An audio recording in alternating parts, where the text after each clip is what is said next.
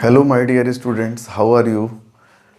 In the chapter of electricity, current electricity, in the videos uploaded to my YouTube channel Gatiman Learning, we have explained the concept of charge, electric charge, and certain properties of electric charge, and the concept of potential, connecting with the fact that how if the movement or the motion is the property of charge, then the charges can move by their own, or something external effort is being applied on them. So the concept of potential is also explained in previous videos, and what is potential difference, the definition and the unit. Okay, what is the unit of charges? All these things have been explained in the previous video. But in today's video, you should try to understand the quintessence of this chapter, that is electricity, which is electric current. Electricity का मतलब ही ये हुआ कि electric current, इसको हम लोग समझने की कोशिश करेंगे इस वीडियो में, आज के वीडियो में, ठीक है। तो इलेक्ट्रिक करंट, देखिए करंट एक बड़ा कॉमन वर्ड है। Current means the flow of any mass और मटेरियल और एंटिटी, लाइक वाटर करंट और the moving mass of air, that is wind, is also certain kind of current. तो current का मतलब, सिंपल मतलब ये हुआ कि मूवमेंट ऑफ मास, कोई मटेरियल मूव कर रहा है किसी डायरेक्शन में, तो उसको हम बोलते हैं कि करंट। लेकिन इलेक्ट्रिक करंट, और आपको बताया गया था कि electric is the synonym of charge, क्योंकि पूरा जो हमारा डिस्कशन है वह चार्ज के ही अराउंड हो रहा है, क्योंकि एक्चुअली चार्ज ही मूव कर रहा है, ठीक है। तो इलेक्ट्रिक करंट का मतलब कि the movement of the charges. तो ये चार्ज कैसे मूव करते हैं, किस कंडीशन में मूव करेंगे, इसको आइए थोड़ा समझते हैं। देखिए यहाँ पे यह एक मेटल वायर है, ठीक है, और इस मेटल वायर के अंदर देखिए एक चीज़ और जान लीजिए कि कंडक्टर्स और insulators, there are two types of materials classified according to the flow of the electric current. तो आप जानते हैं कि जो कंडक्टर्स होते हैं उनमें फ्री इलेक्ट्रॉन ज़्यादा होते हैं, and metals are generally good conductor. Metal जितने होते हैं अच्छे कंडक्टर हैं। क्यों अच्छे कंडक्टर हैं? क्योंकि उनमें फ्री इलेक्ट्रॉन होते हैं। क्यों फ्री इलेक्ट्रॉन होते हैं? क्योंकि उनके electron, some of the electrons present in the atoms of metal are loosely bound by the to their nuclei. उनके न्यूक्लियाई से, जो एटम का न्यूक्लियस है उससे कुछ इलेक्ट्रॉन लूजली बाउंड होते हैं, तो वह आराम से फ्री हो सकते हैं, वो अलग हो सकते हैं एटम से, ठीक है। तो इसीलिए मेटल्स में जो है फ्री इलेक्ट्रॉन की अवेलेबिलिटी ज़्यादा होती है, इसीलिए उसमें इलेक्ट्रिक करंट भी फ्लो कर सकता है। और जो इंसुलेटर होते हैं उसमें as compared with the metals are conductor, the electrons, all the electrons are most of the electrons are tightly bound to the nucleus. That is why it is not possible very easily to flow the electric current through them. तो उसमें conductor में, insulator में electron tightly bound होते हैं nucleus से, तो उनमें जो है फ्री इलेक्ट्रॉन नहीं होते। और आपको पता है कि मूवमेंट ऑफ और motion of electrons in a particular direction, वही जो है, क्योंकि जब फ्लो नहीं हो रहा है इलेक्ट्रॉन का तो करंट नहीं है। तो करंट नहीं है, इसका मतलब वो इंसुलेटर हो गया, ठीक है। तो मेटल्स हो गए, और आप जानते हैं कि silver is the best conductor. Metals जितने भी हैं उनमें सिल्वर जो है बेस्ट कंडक्टर है, but due to its high values और precious, it is not used in our domestic circuit.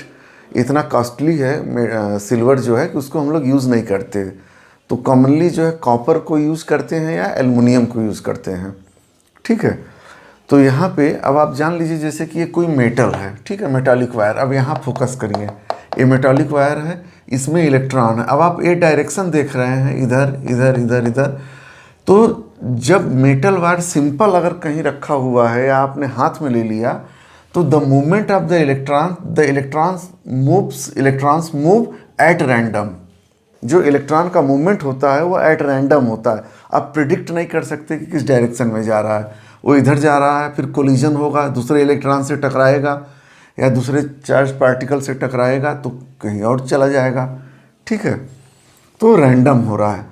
लेकिन हो क्या रहा है, जैसे ही मेटालिक वायर को आप थोड़ा सा रिकॉल करिए कॉन्सेप्ट ऑफ पोटेंशियल को। पोटेंशियल की डिफिनीशन क्या थी आपको बताया गया था जो पिछले वीडियो में, उसमें डिटेल में है, लेकिन यहाँ एक लाइन में समझ लीजिए आप उसको। For the sake of revision you just recall what is potential. The work done in moving a unit charge from infinity. तो पोटेंशियल किसी पॉइंट का होता है। तो potential at a point in the electric field is the work done in moving a unit charge from infinity to that point. मतलब उस point पे potential क्या होगा यह पता चलेगा कि यूनिट चार्ज को इन्फिनिटी से उस पॉइंट पर लाने में, किस पॉइंट पर, जिस पॉइंट का पोटेंशियल हम पता करना चाहते हैं, जो वर्क डन होगा उसको हम पोटेंशियल बोलते हैं। और पोटेंशियल डिफरेंस क्या होगा कि difference of potentials between two points, जैसे पॉइंट ए है और पॉइंट बी है, तो इन दोनों पॉइंट के पोटेंशियल्स का डिफरेंस ही पोटेंशियल डिफरेंस है। ठीक है, तो पोटेंशियल का कॉन्सेप्ट ही है, क्योंकि मैंने आपको बताया था कि चार्ज की एक प्रॉपर्टी होती है कि चार्ज मूव कर सकते हैं। ठीक है, फ्लो कर सकते हैं। तो यहाँ क्वेश्चन था कि क्या चार्ज अपने आप फ्लो करेंगे, तो आपको पता चला था कि नहीं, उनको फ्लो करने के लिए कुछ वर्क करना पड़ेगा, यानी कुछ फोर्स अप्लाई करना होगा उनके ऊपर। और यह फोर्स या as a result of which the work done on the charges is due to the potential. जो हम वर्क उनके चार्ज के ऊपर कर रहे हैं वही तो पोटेंशियल है। और उस पोटेंशियल का रीज़न क्या है, वो सोर्स चाहिए हमको जो फोर्स अप्लाई कर सके, और वह काम करता है सेल। सेल करता क्या अल्टीमेटली, फोर्स अप्लाई करता है। जैसे ही सेल कनेक्ट कर दिए, अभी मेटल वायर था, यहाँ मेटल वायर रखा गया and its two ends are connected with the terminals of a cell. इस मेटल वायर के दो एंड को, इसके दो एंड थे, एक एंड यहाँ और एक एंड यहाँ, इसको आप सेल के दो टर्मिनल से आप कनेक्ट कर दिए। तो जब टर्मिनल से कनेक्ट किए तो हो क्या रहा है, देखिए सेल का एक पॉजिटिव टर्मिनल है और एक नेगेटिव टर्मिनल्स है। ठीक है, दो अलग अलग टर्मिनल हैं और इलेक्ट्रॉन के ऊपर एक फोर्स लगने लगा। क्यों फोर्स लगने लगा, क्योंकि एक मतलब ये समझ लीजिए कि सेल के अंदर जो केमिकल रिएक्शन हो रहा है, यहाँ पे अटैच करते ही केमिकल रिएक्शन शुरू हो गया, तो उसकी वजह से क्या हो रहा है, यहाँ पे निगेटिव चार्ज का अमाउंट ज़्यादा हो गया और यहाँ पे पॉजिटिव चार्ज का अमाउंट है।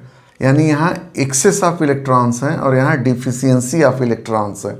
तो नेचुरली जो है कि फ्रॉम एक्सेस टू डिफिशियंसी, ये नेचर का नियम है, उधर फ्लो होगा। तो यहाँ इसका मतलब ये हो गया कि इलेक्ट्रॉन जो है वह निगेटिव से पॉजिटिव की तरफ चलना शुरू कर दिए। जैसे ही इनको कनेक्ट किया गया मेटल के दो एंड को सेल के दो टर्मिनल से, ठीक है, तो जब फोर्स लगने लगा तब अब रैंडम मोशन नहीं हो रहा है इलेक्ट्रॉन का, अब जो है एक ऑर्डर्ड मोशन हो रहा है, एक मतलब सर्टेन डायरेक्शन में मोशन हो रहा है। क्यों, क्योंकि उनके ऊपर फोर्स अप्लाई हो रहा है, किसकी वजह से, सेल की वजह से। तो इलेक्ट्रॉन जो है नेगेटिव टर्मिनल से पॉजिटिव टर्मिनल की तरफ जाने लगे। ठीक है, देखिए आपको मैं बताया था कि फ्रैंकोइस डूफे जो फ्रेंच साइंटिस्ट थे, उन्होंने सबसे पहली बार बताया था कि there are two types of charges, उन्होंने बताया। ठीक है, और बेंजामिन फ्रैंकलिन ने उसका पॉजिटिव और नेगेटिव नॉमिनेट किया था ना, उनका नामकरण किया था, नॉमिनेशन जो था वह बेंजामिन फ्रैंकलिन ने किया। लेकिन उस समय तक इलेक्ट्रॉन की डिस्कवरी नहीं हुई थी, इलेक्ट्रॉन की डिस्कवरी उसके बहुत बाद हुई। ठीक है, तो इलेक्ट्रॉन मूव करने लगे इस डायरेक्शन में, फ्रॉम निगेटिव टू पॉजिटिव। देखिए यहाँ आप देख सकते हैं डायरेक्शन है from negative terminal to positive terminal. ठीक है, तो जो ये इलेक्ट्रॉन करंट है ये इस डायरेक्शन में, ठीक है, नेगेटिव चार्ज है सब और ये सब इलेक्ट्रॉन है, तो ये this is the direction of electron current. Electron current की डायरेक्शन क्या है, इसको कह सकते हैं इलेक्ट्रॉन करंट मतलब flow of electron in a particular direction, electron current, ठीक है। तो कन्वेंशनली जो है ये एकदम स्टार्टिंग में ये डिसाइड किया गया कि जो करंट की डायरेक्शन होगी वह opposite to the electron current होगी।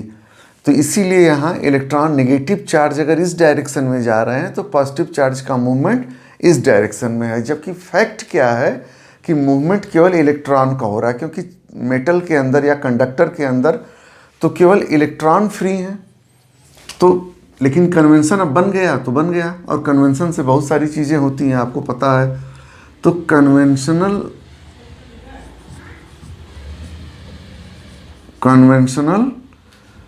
करंट, अब कन्वेंशनल करंट का मतलब this is the direction of the current. तो डायरेक्शन ऑफ द करंट क्या है, देखिए इस डायरेक्शन में ये है, और इलेक्ट्रॉन करंट की डायरेक्शन ये है।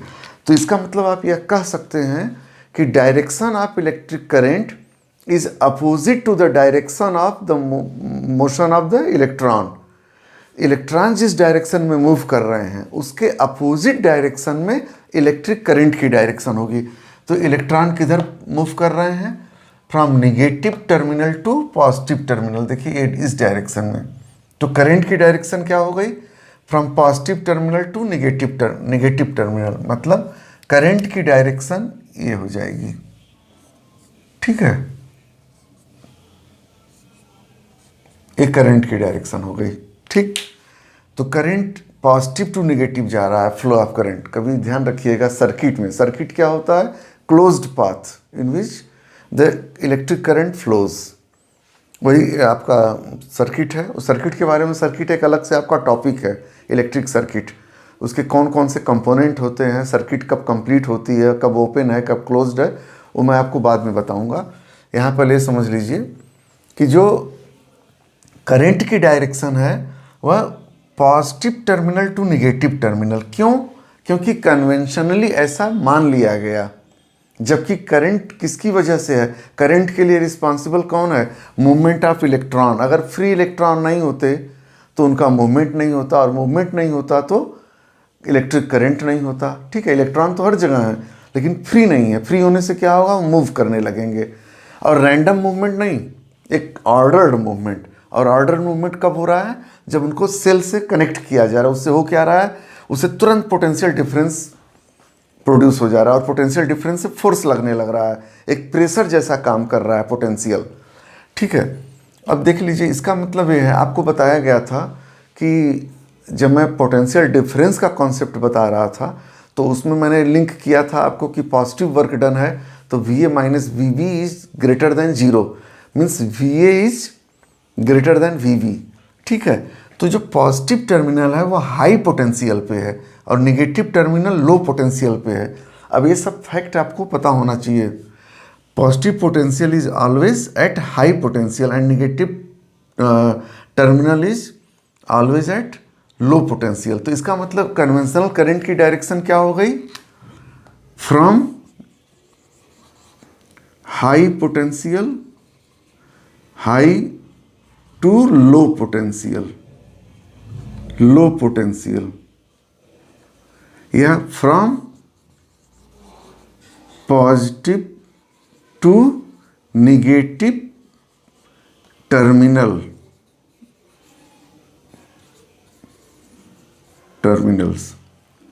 पॉजिटिव, ये दो कन्वेंशनल करंट की डायरेक्शन हो गई, ठीक है। अब यहाँ तो ये बात समझ में आ गया कि, तो आपको अब ये समझ में आ गया कि जो इलेक्ट्रिक करंट है वह ऑर्डर्ड मूवमेंट ऑफ इलेक्ट्रॉन है, और ऑर्डर मूवमेंट कब हो रहा है, जब उनके ऊपर फोर्स अप्लाई किया जा रहा है, किसकी वजह से, सेल की वजह से। अदरवाइज जो नेचर में है वह इलेक्ट्रॉन का रैंडम मूवमेंट होता है, ठीक है। अब आगे हम लोग देखते हैं कि इसको डिफाइन कैसे करेंगे। आप ये तो समझ गए कि इलेक्ट्रिक करंट इलेक्ट्रॉन के फ्लो करने की वजह से हो रही है। उसके लिए कंडीशन क्या है, कंडक्टर होना चाहिए जिसमें फ्री इलेक्ट्रॉन होते हैं, तब वो मूव कर पाएंगे। पोटेंशियल डिफरेंस अप्लाई होने से एक फोर्स लगने लगेगा। लेकिन अब जो है इसकी डिफिनीशन क्या होगी इलेक्ट्रिक करंट की, फॉर्मल डिफिनीशन, आइए इसको देखते हैं। तो आपको ये तो पता चल गया कि इलेक्ट्रिक करंट जो है वह फ्लो ऑफ इलेक्ट्रॉन्स है, ठीक है। लेकिन इसकी डिफिनीशन क्या होगी, इसको कैसे डिफाइन करेंगे? खाली इतना कह देना सफिशिएंट है कि flow of electron is the electric current. देखिए मैं आपको बता दूं हमेशा कि फिजिक्स अभी आप 10th में पढ़ रहे हैं, आगे भी पढ़ेंगे। जब तक अब करंट एक क्वांटिटी है पूरी फिजिक्स में, आप always we use to talk about certain quantities, okay, and these quantities are known as physical quantities.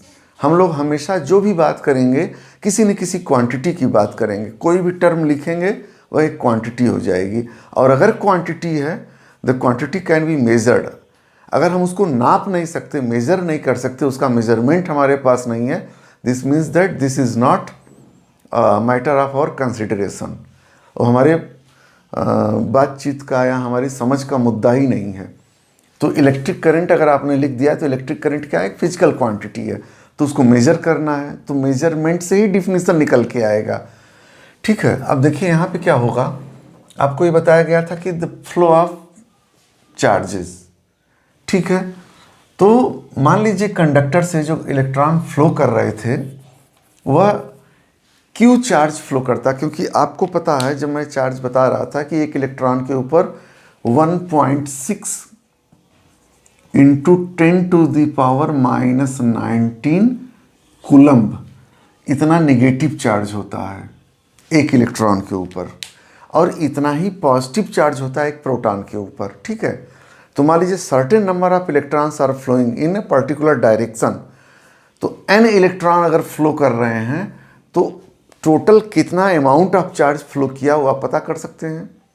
एक इलेक्ट्रॉन के ऊपर इतना है तो n इलेक्ट्रॉन्स के ऊपर n से मल्टीप्लाई कर देंगे, that will give you the total coulomb, the total charge, ठीक है। तो मान लीजिए अगर Q चार्ज फ्लो कर रहा है थ्रू अ पॉइंट और फ्रॉम अ सर्टेन एरिया, तो इलेक्ट्रिक करंट क्या होगा, इलेक्ट्रिक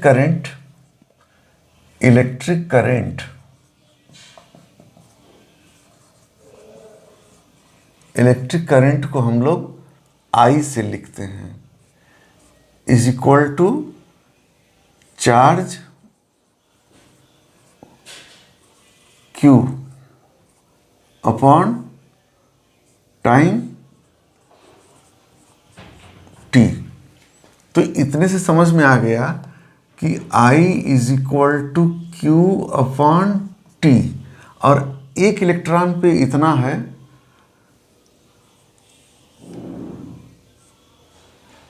ठीक है, एक इलेक्ट्रॉन पे इतना चार्ज है, तो n इलेक्ट्रॉन पे कितना है, Ne भी आप लिख सकते हैं, क्योंकि Q को कैलकुलेट करने का एक तरीका है कि Ne, तो आप लिख सकते हैं Ne अपॉन T, ये अमाउंट ऑफ चार्ज है। अभी आप डायरेक्शन नहीं बता रहे, डायरेक्शन की बात नहीं हो रही है कि यहाँ E माइनस लिख दिए तो आप बोल देंगे कि direction of flow of opposite to the electron और नेगेटिव चार्ज। तो opposite to the negative charge को हम बोल सकते हैं in the direction of the positive charge, ठीक है। तो यहाँ पे उससे मतलब नहीं है, लेकिन चार्ज का अमाउंट क्या है, अमाउंट से मतलब है। तो अमाउंट जो है वह Ne है या Q है, ये भी कह सकते हैं। तो Q को हम किससे मेजर करेंगे, कूलम्ब से, तो टाइम को सेकेंड से, ठीक।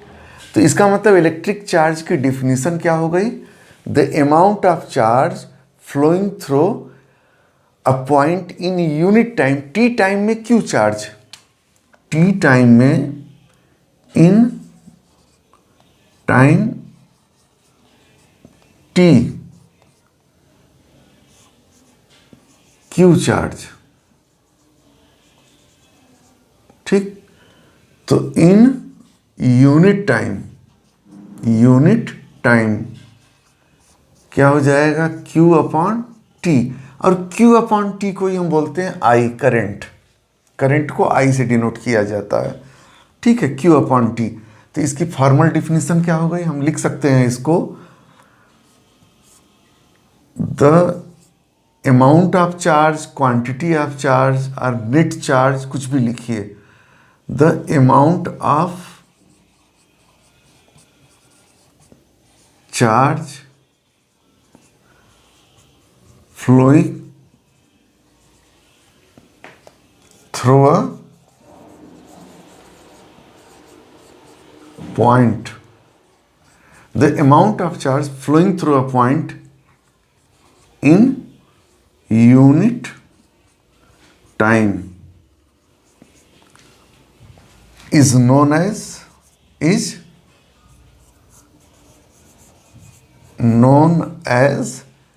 इलेक्ट्रिक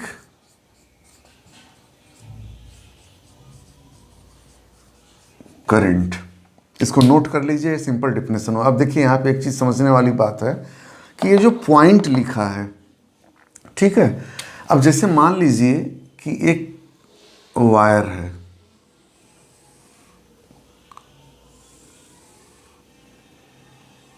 ठीक है, एक कंडक्टिंग वायर है, तो पॉइंट का इसमें यहाँ पे अलग अलग बुक में अलग अलग चीज़ लिखा होगा, through a point, through a cross section, through an area, कुछ भी। तो पॉइंट का मतलब है अगर इसको हम परपेंडिकुलरली कट कर दें, पहले तो एक क्रॉस सेक्शन का आपको एक आइडिया होना चाहिए।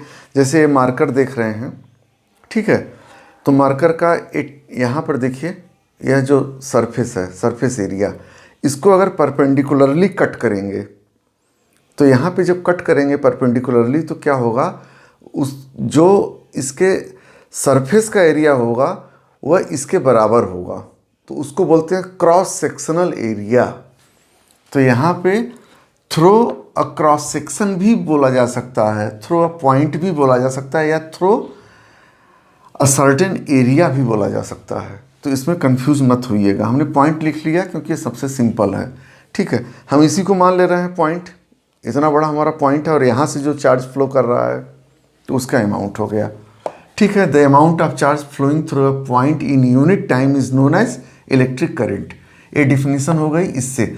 अब देखिए फिजिक्स में क्या सुविधा है, if you know the definition you can derive the formula, and if you know the formula you can derive the definition, क्योंकि ये दोनों देखो सेम चीज़ है, यह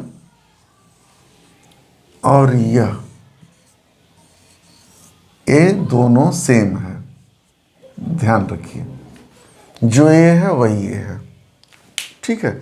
इन दोनों में कोई डिफरेंस नहीं। यहाँ आप एक मैथमेटिकल एक्सप्रेशन लिख रहे थे, यहाँ आपने उसको वर्ड्स में लिख दिया, ठीक है, सेंटेंस में बना के लिख दिए।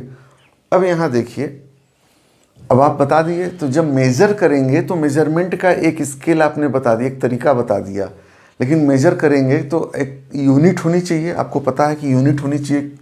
तो यूनिट क्या होगी उसको ज़रा समझते हैं। इसको आप वीडियो को पॉज करके डिफिनीशन लिख लीजिएगा। अब आइए इसके अगले यूनिट के ऊपर चलते हैं, ठीक है। यहाँ पे आप लिख रहे हैं कि I is equal to Q upon T, यह आपका एक मतलब फार्मूला है, और इसी को आप डिफाइन कर रहे थे करंट में। तो इसका मतलब ये हो गया कि I is equal to, Q को किससे मेजर करते हैं, कूलम्ब से, COULOMB, कूलम्ब। और टाइम को किससे मेजर करते हैं, उसकी यूनिट क्या है, सेकेंड, स्मॉल s से लिखते हैं फिजिक्स में सेकेंड को, और कूलम्ब को कैपिटल C से, ठीक। तो कूलम्ब अपॉन सेकेंड, इसको क्या लिख सकते हैं, कूलम्ब पर सेकेंड, और इसको यह भी लिख सकते हैं CS⁻⁻1, दोनों सेम चीज़ है, C अपॉन S, C/S या CS⁻⁻1। ये हो गया इलेक्ट्रिक करंट को मेजर करने का एक स्केल मिल गया, क्योंकि चार्ज के लिए कूलम्ब था और टाइम के लिए सेकेंड था, तो करंट को हम कूलम्ब और सेकेंड की यूनिट में रिप्रेजेंट कर सकते हैं। लेकिन देखिए एक और फ्रेंच साइंटिस्ट थे, फिजिसिस्ट थे, जिन्होंने बहुत कंट्रीब्यूट किया, जिससे हम लोग इलेक्ट्रिसिटी को और अंडरस्टैंडिंग अपनी बना सकते थे, और उनका बहुत बड़ा कंट्रीब्यूशन है एम्पियर। ठीक है, उनका एंड्री मैरी एम्पियर जो है फ्रांस के बहुत बड़े फिजिसिस्ट थे, जिन्होंने इलेक्ट्रिक करंट के ऊपर काफ़ी स्टडी किया।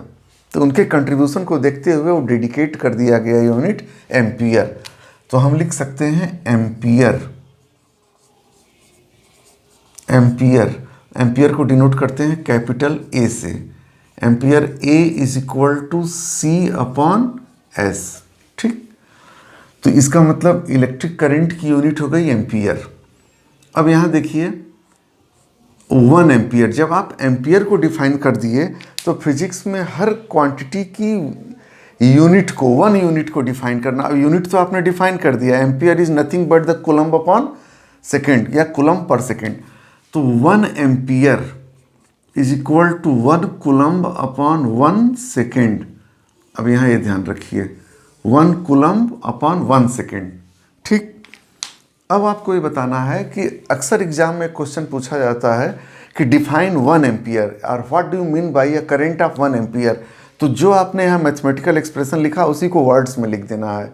ठीक है, क्या लिखेंगे आप कि 1 ampere is the current flowing through a point such that 1 coulomb charge is flowing in 1 second through that given point। यानी अगर किसी गिवन पॉइंट से 1 कूलम चार्ज 1 सेकेंड में फ्लो करे तो उस पॉइंट से जो करंट फ्लो करेगा उसका अमाउंट क्या होगा, 1 एम्पियर और कुछ नहीं। तो 1 ampere is the electric current flowing through a point such that 1 coulomb charge is flowing in 1 second through that given point. तो यह 1 एम्पियर की डिफिनीसन आप अपनी कॉपी में, नोटबुक में लिख लीजिएगा। यहाँ कैसे डिफिनीसन बनी वो आपको समझ में आ गया। ठीक, अब मान लीजिए आपसे अगर पूछा जाए, अब इसके ऊपर एक क्वेश्चन करते हैं तो आपका और कॉन्सेप्ट क्लियर हो जाएगा। ठीक है, ये सब चीज़ें आप सब नोट कर लेंगे। क्वेश्चन क्या है कि मान लीजिए suppose find the amount of electric current. अच्छा, एक चीज़ और है, जैसे मान लीजिए 2 क्वेश्चन यहाँ पे करते हैं। एक तो अगर एम्पियर दे दिया है तो कूलम्ब फाइंड करना, और अगर आपको नंबर ऑफ इलेक्ट्रॉन्स दे दिया है तब एम्पियर फाइंड करना। जैसे मान लीजिए ये दे दिया गया कि 6 × 10⁻17 electrons are flowing through a point in 1 minute, in 1 minute। ठीक है, 6 × 10⁻16 इलेक्ट्रॉन को E- से लिखते हैं, are flowing through a point in 1 minute. Then find the electric current. तो आपको पता है, तुरंत अप्लाई कर देंगे, I = Q/T, बेसिक फार्मूला। और Q क्या हो जाएगा, अमाउंट ऑफ चार्ज।